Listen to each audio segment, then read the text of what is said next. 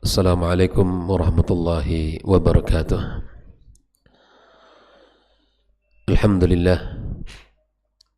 Alhamdulillahi rabbil alamin.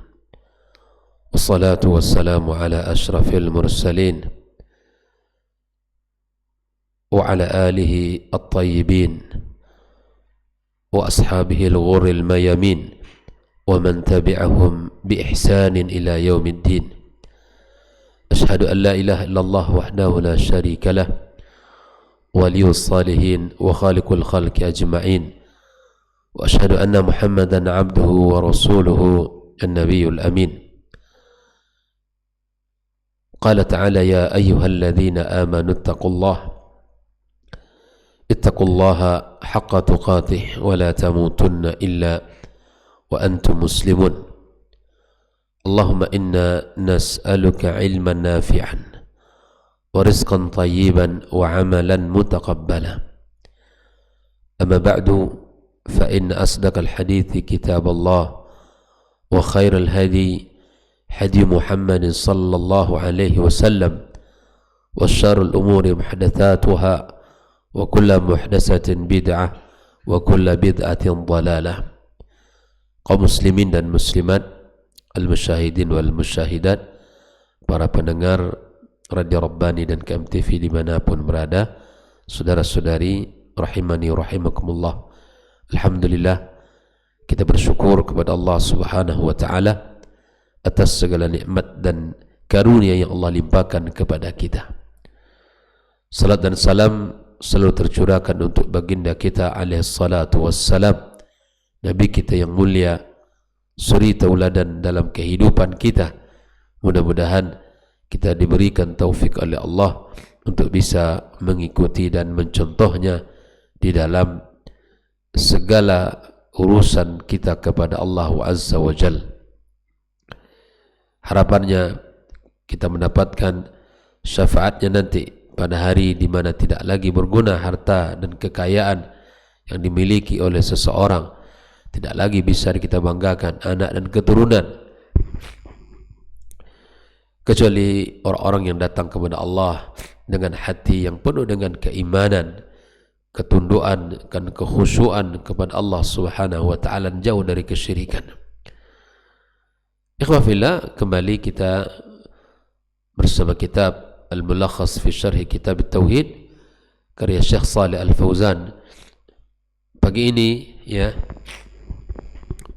masuk kepada bab yang ke-26, babu ma jaa fil kuhani wa nahwihim, bab yang datang menjelaskan tentang perkara al-kuhan, itu dukun ya, para dukun dan yang sejenisnya, orang-orang yang mengaku mengetahui perkara gaib atau disebut juga dengan peramal.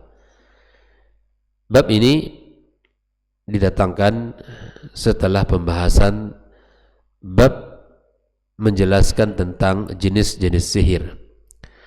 Dari bab yang ke-25 kemudian ke-26 dan seterusnya, itu adalah bagian daripada al-a'mal asy-syaitaniyah, amal-amal dan perbuatan-perbuatan yang dibantu oleh syaitan. Sudah kita jelaskan pada bab 26, ada bab di ke-25 ada lebih kurang 7 jenis bentuk sihir. Nah, kemudian pada bab ini, bab yang ke-26 pada halaman 213 ini akan menjelaskan tentang bahaya dan buruknya ya perdukunan. Naam, 213 afwan, 213. Naam, halaman 213. Nah, ikhwafillah, di mana Syekh Mu'allif kitab Syekh Muhammad Abdul Wahab membawakan sebuah hadis rawa Muslimun fi sahihihi, ya, Imam Muslim meriwayatkan dalam kitab sahihnya, ya, an ba'di azwajin nabiyyi sallallahu alaihi wasallam, dari sebagian istri beliau ummahatil mu'minin, anin nabiyyi sallallahu alaihi wasallam, dari Nabi kita sallallahu alaihi wasallam, qala, dia bersabda, man ata arrafan fasa'alahu an syai'in fasaddaqahu lam tuqbal lahu salatun arba'ina yawman. Barang siapa yang mendatangi arrafan, orang tukang ramal yang mengaku mengetahui perkara-perkara gaib, maka fasa'alahu, dia bertanya kepadanya, an syai'in, tentang satu perkara apa saja di dalam kehidupan dia, fasaddaqahu, dan membenarkan apa yang ia sampaikan, lam tuqbal lahu salatun arba'ina yawman, maka tidak diterima baginya salat selama 40 hari. Bayangkan, orang-orang yang mendatangi orang-orang tukang ramal dan mempercayai apa yang disampaikan olehnya, maka tidak akan diterima salatnya selama 40 hari. Bayangkan. Dan ini adalah bentuk peringatan keras dan ancaman terhadap orang-orang yang mempercayai orang-orang para dukun, para yang mengaku tentang hal yang gaib. Makanya ikhwafillah, para ulama mengatakan bahwa perdukunan dan orang-orang tukang ramal adalah perusak tauhid. Mereka ini adalah perusak tauhid dan akidah seorang mukmin, di mana mereka dengan bantuan jin dan syaitan menyebutkan perkara-perkara yang di luar kemampuan manusia untuk mengetahuinya. Nah, dari kita lihat penjelasan dari Syekh Shalih Al-Fauzan, al-kuhan jama' kahin, kuhan jama' daripada kahin, yaitu dukun, wa huwa alladhi yukhbir 'anil mughayyabat fil mustaqbal i'timadan al-isti'anati bisyayatin, yang mengabarkan perkara-perkara gaib di masa mendatang.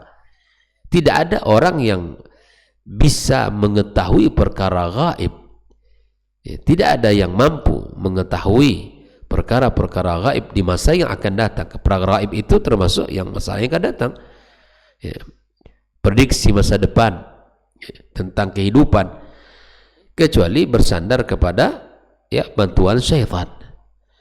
Nah, ikhwafillah, dari hadis ini dapat kita simpulkan bahwa praktek perdukunan itu adalah praktek yang batil, dan perbuatan orang yang tukang ramal itu adalah perkara batil.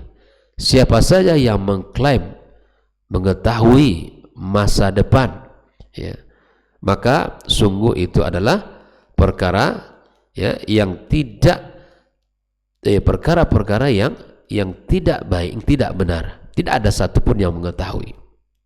Allah Subhanahu wa taala mengatakan, "Qul la ya'lamu man fis samawati wal ardi al-ghaiba illa Allah."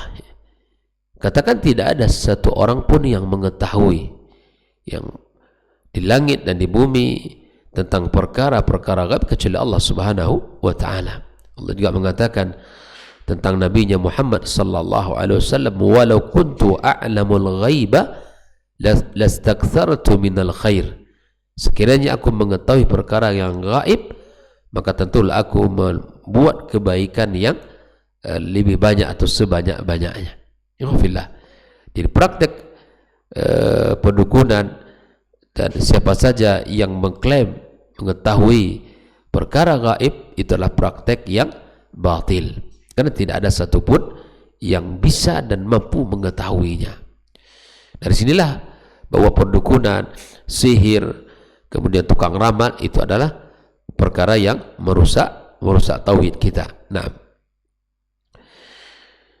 dan hari ini Masya Allah manusia, orang banyak muncul hari ini mengetahui, bahkan mendakwahkan dirinya tentang banyak hal, mengetahui tentang gaib, mengetahui tentang masa depan, dan mengetahui keadaan dan kondisi seseorang di masa yang akan datang. Ini banyak yang muncul hari ini adalah orang-orang yang mampu mendakwahkan dirinya mengetahui perkara itu, yang sering disebut oleh para asatidzah dengan ya orang dukun tapi tampilannya ustadz, sehingga disingkat dengan ya, askun, ya, ustadz berpenampilan dukun. Nah, dia seakan mengatakan dirinya adalah mengetahui agama, tapi sesungguhnya dia adalah dukun, ya. Dukun yang sama dengan seperti ya kehujanan ya, orang tukang pawang hujan, kehujanan dengan hujan itu sendiri. Banyak pengakuan yang aneh begitu ya, sampai ada orang hari ini yang mengaku mengetahui, yang menulis 500 kitab itu disembunyikan, ya, 500 kitab tapi disembunyikan dengan bahasa Suryani, ya. Dan dia ceritakan baru kemarin bicara dengan Nabi Khidir dan lain sebagainya. Ini keanehan-keanehan yang awalnya itu kita berharap pemerintah kita Bapak Ibu seperti ini mengambil sikap, terutama Majelis Ulama Indonesia mengambil sikap tentang perkara-perkara yang seperti ini muncul, ya. Mengaku bahasa Arab, bisa kemudian menulis kitab dengan 500 kitab, ya, kemudian mampu bicara dengan para malaikat, bahkan baru bicara dengan Nabi Khidir dan seterusnya. Tapi yang anehnya ya, manusia, masyarakat kita ya mempercayai bab yang seperti ini, ya, keanehan yang terlihat, ya, dan tapi kita masyarakat sebagiannya sulit untuk ya meninggalkan hal yang seperti ini. Ikhwafillah, munasabatul bab li kitab tauhid, yaitu ketersusunan bab dengan kitab tauhid ini apa? Berkata Syekh Shalih Fauzan, lamma kana al-kuhan, tatkala para dukun wa nahwuhum dan sejenisnya yad'una ilmul ghaib, mereka mengklaim mengetahui tentang ilmu gaib, alladzi qad ikhtassa bihi Allah taala, yaitu merupakan perkara yang hanya Allah mengetahuinya. Wa dzalika da'wa musyarakatillahi ta'ala fi ilmil ghaib. Itu adalah anggapan, klaim yang menyamai Allah di dalam perkara ilmu ghaib. Aradal musannifu huna, maka pengarang kitab ini Syekh Muhammad Abdul Wahhab ingin menjelaskan ayyubayyina fi hadzal babi ma jaa fi haqqihim wa haqqi man saddaqahum minal wa'id. Di dalam bab ini ingin dijelaskan oleh muallif kitab tentang apa yang menjadi haknya dan apa pula nanti yang menjadi hak orang yang mempercayainya dengan ancaman yang sangat keras. Kalau ingin selamat dan ibadah kita diterima Allah, maka jangan percaya kepada para dukun, jangan percaya kepada tukang ramal, ya. Terasa hidup sulit, kemudian usaha tidak berkembang dan tidak berjalan dengan lancar, ingin kaya datang ke dukun, ya. Lalu dukun memberikan sebuah amalan. Nah, kebetulan dukun yang didatangi pun hanya tinggal di ya gubuk reot, gitu. Padahal minta resep orang kaya. Nah, kalaulah seandainya ya dukun itu betul-betul mengetahui perkara gaib dan akan berusaha dan berhasil usahanya, sungguh dia yang lebih awal mengamalkan sehingga dia punya ya harta benda yang banyak. Terkadang hal ini tidak bisa terlihat oleh seseorang karena kebodohan ataupun kejahilan yang ada tentang agama, tidak bisa melihat perkara ini. Ya, sakit anak minta kepada dukun, ya. Atau hilang barang bertanya kepada dukun, minta kepada Allah Azza wa Jalla pertolongan. Kalaupun hilang barang, qaddarallah ma syaa fa'al. Semua itu adalah takdir Allah Azza wa Jalla. Orang beriman yang akidahnya benar, tauhidnya benar, maka dia akan bergantung hanya kepada Allah Subhanahu wa ta'ala. Nah, ma jaa fil kuhani maknanya adalah ay min taghlidhi wal wa'id, merupakan larangan keras dan ancaman kepada mereka para dukun. Wa nahwihim kal arrafin, seperti orang-orang tukang ramal, wal munajjimin, ini para ahli nujum, ya, warrammalin, orang-orang yang menggaris-garis tanah, kemudian yang dengan pengakuan mengetahui hal yang gaib, ini namanya rammalin, ya. Kemudian an ba'di azwajin Nabi ay Hafsah, di antaranya yang meriwayatkan adalah istri kita Nabi kita SAW, ibu kita Hafsah radhiyallahu taala anha, saudarinya Umar bin Khattab radhiyallahu taala an. Lam tuqbal lahu salatun ay la thawaba lahu fiha. Bayangkan, salatnya tidak akan diterima Allah selama 40 hari. Rugi enggak tuh? Sangat rugi. Rugi, ibadah tidak diterima, ya. Yang disampaikan dukun belum tentu benar, itu kan? Belum tentu benar, karena dibantu oleh jin, oleh syaitan, ya. Oleh itu ikhwafillah, disinilah pentingnya kita belajar akidah agar kita ini, ya, benar dan selamat dari perkara-perkara yang merusak akidah kita dan keyakinan kita kepada Allah Subhanahu wa taala. Nah, al-ma'na al-ijmali lil hadithi, ya, makna global dari hadis ini, yubayyinu sallallahu alaihi wasallam al-wa'id al-mutarattab 'ala adh-dhahab ila al-kuhan. Nabi sallallahu alaihi wasallam ingin menjelaskan ancaman yang akan didapat oleh orang yang datang kepada para dukun. Bertaubatlah wahai saudaraku, ya, hentikan, ya, hentikan sudah bertanya kepada para dukun, bertanya kepada tukang ramal. Jangankan mempercayai, bertanya saja tidak boleh. Ancamannya keras, ya. Yubayyinu sallallahu alaihi wasallam al-wa'id al-mutarattab 'ala adh-dhahab ila al-kuhani wa nahwihim li su'alihim 'an al-mughayyabat allati la ya'lamuha illa Allah. Bertanya kepada mereka tentang perkara gaib yang tidak diketahui oleh Allah Azza wa Jalla. Masyarakat ini masih aneh terkadang, percaya kepada bab-bab seperti itu. Bahkan tidak hanya dalam urusan gaib, bahkan dalam urusan tanding bola saja cari dukun supaya menang. Itu di kampung masih ada itu. Ya, kalau yang dilawannya orang hebat, tim kampungnya tim biasa gitu, ya, masing bola aja nggak bisa, gimana mau menang gitu, ya. Dan apalagi adu penalti sampai tak lihat gawangnya lagi gitu. Yang berperan dukun ini bukan tanding bola, ini tanding dukun ini. Waliyadzubillah. Dan ini masih banyak di masyarakat kita.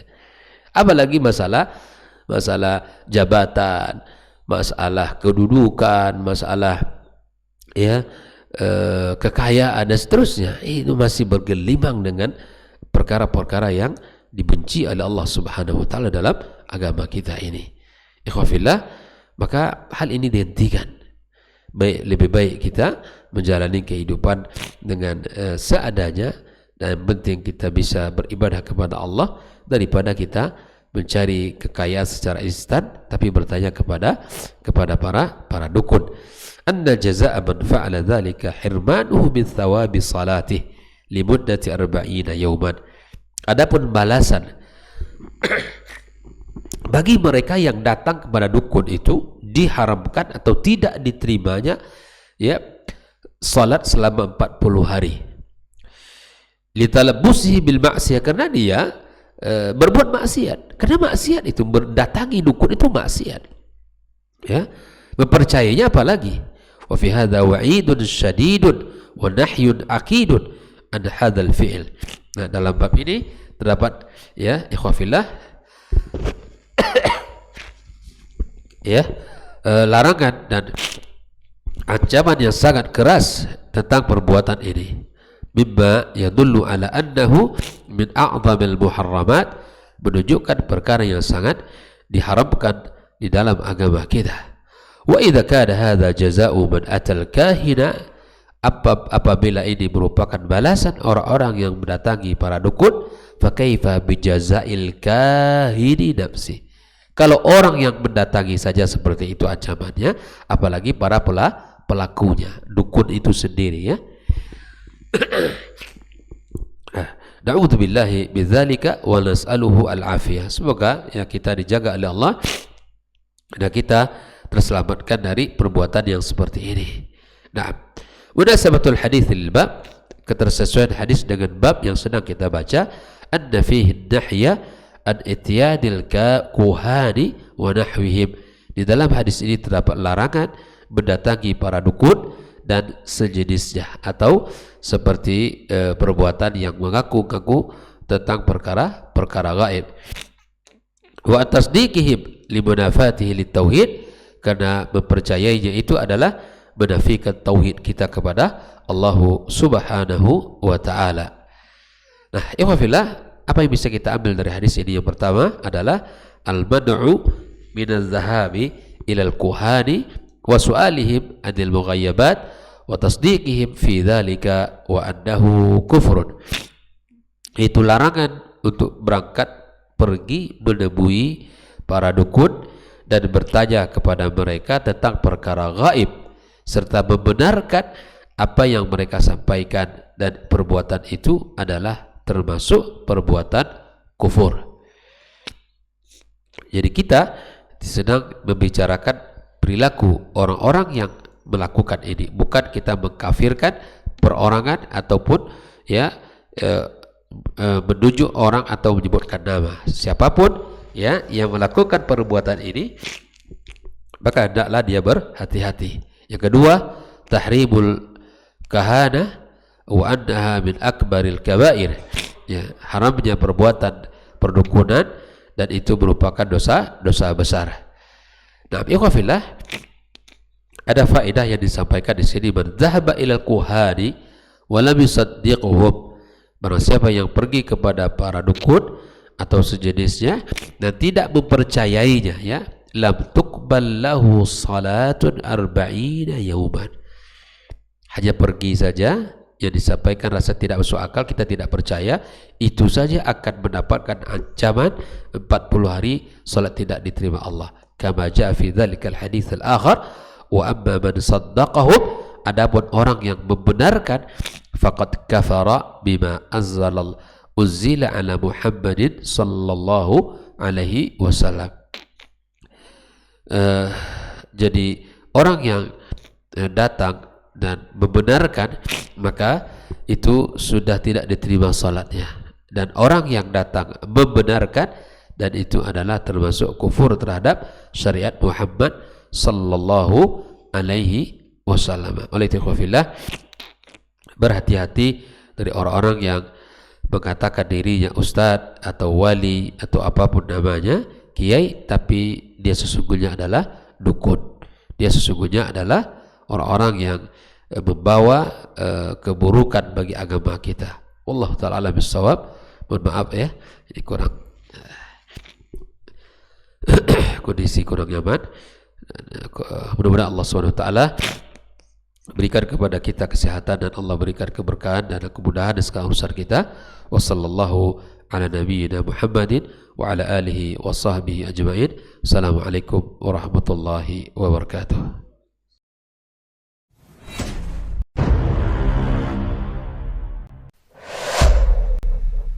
Dunia dan seisinya ini bagi Allah tak sama nilainya dengan sebelah sayap lalat. Barang siapa yang beramal untuk akhiratnya, Allah akan cukupkan baginya urusan dunia. Sayati zamanun 'alan nasi as-sabiru fihim qalqabit al-jamarah. Akan ada satu masa di akhir zaman yang berpegang teguh dengan agamanya seperti orang yang sedang memegang bara